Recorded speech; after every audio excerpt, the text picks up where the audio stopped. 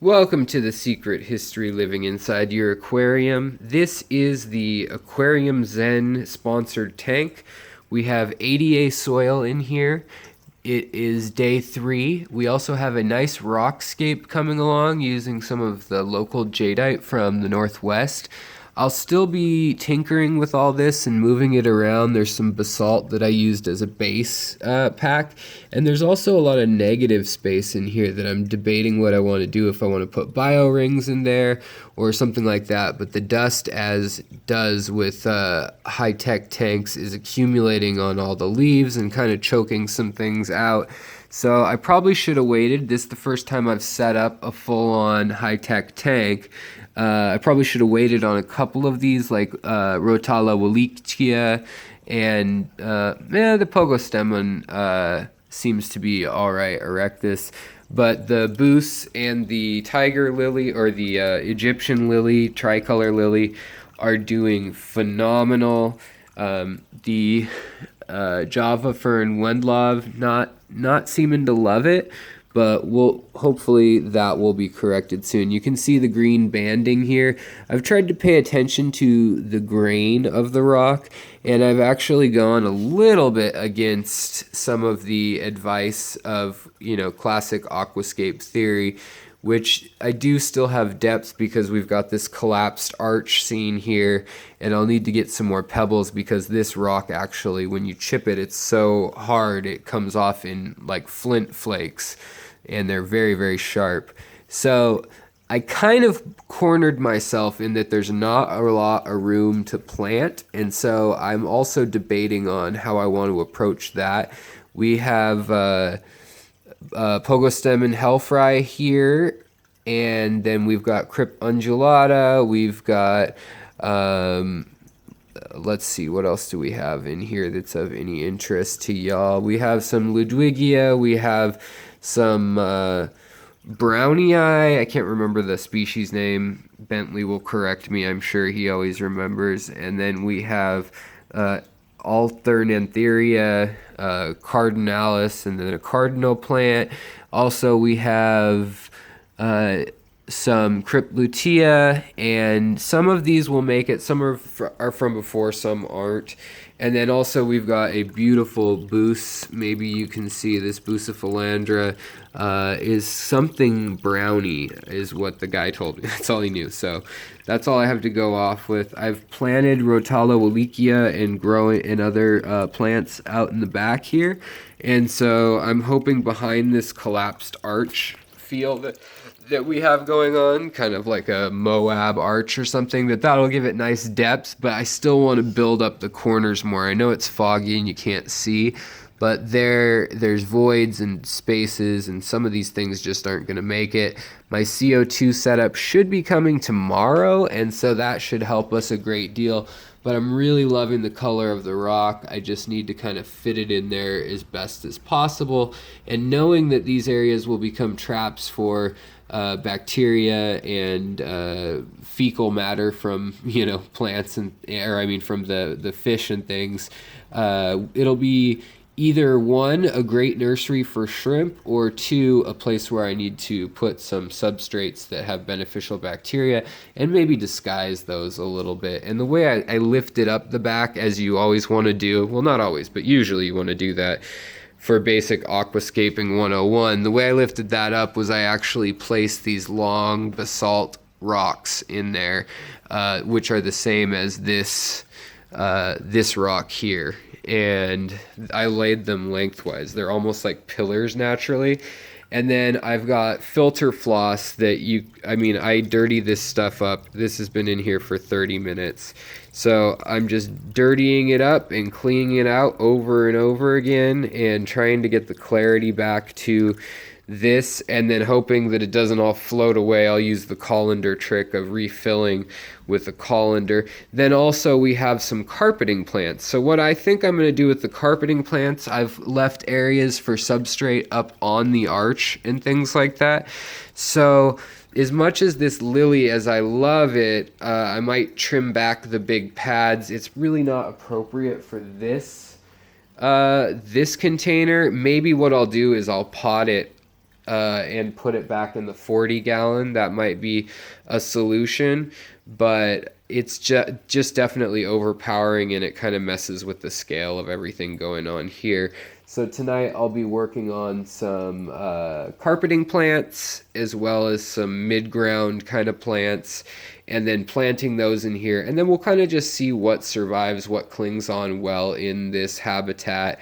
But it's real important when you start with active soils like this ADA stuff that Steve from Aquarium Zen, my favorite local shop, he's sponsoring me with this tank, like I said earlier.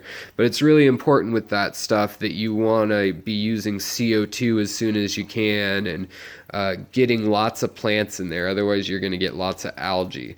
So the other thing that I have to build up ammonia, because it's this the Amazonia light is not really putting out a lot of ammonia, is I've put a guppy in there, and so he'll be in there for a couple days just to build up some ammonia and some waste, and then we'll pull him out and I'll be watching his health or whatever. But he was actually killing other guppies too, so this is kind of his little punishment.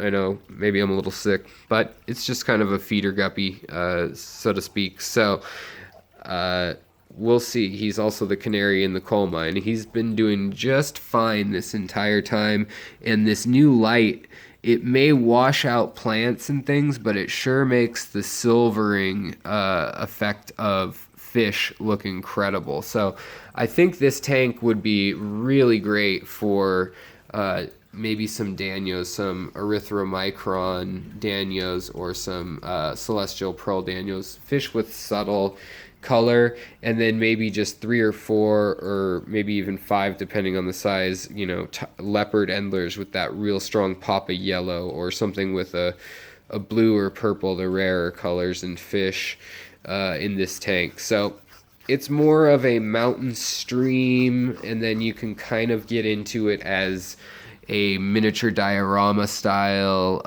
but it's really still as I like doing, Iwagumi tank, with the rock being the main feature and the plants being somewhat secondary.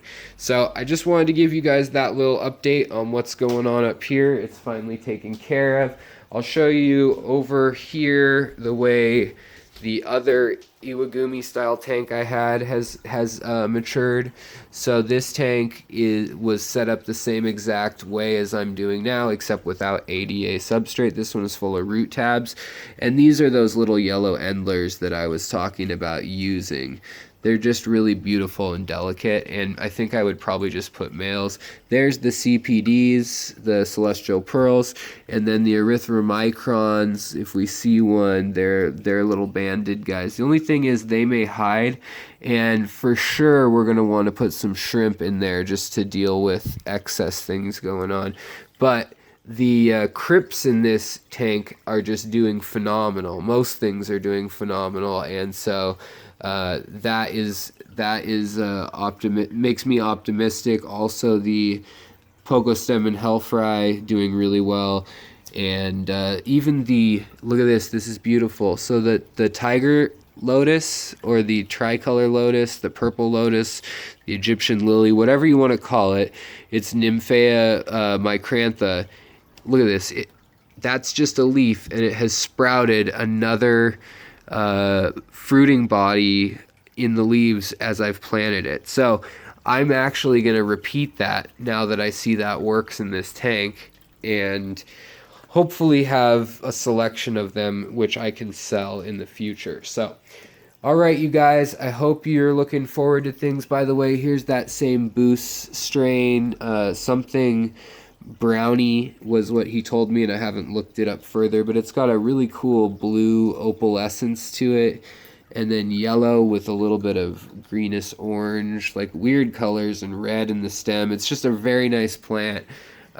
So I'd like to propagate that a lot more too. So when that gets to a size where it's ready, I'm going to chop that too.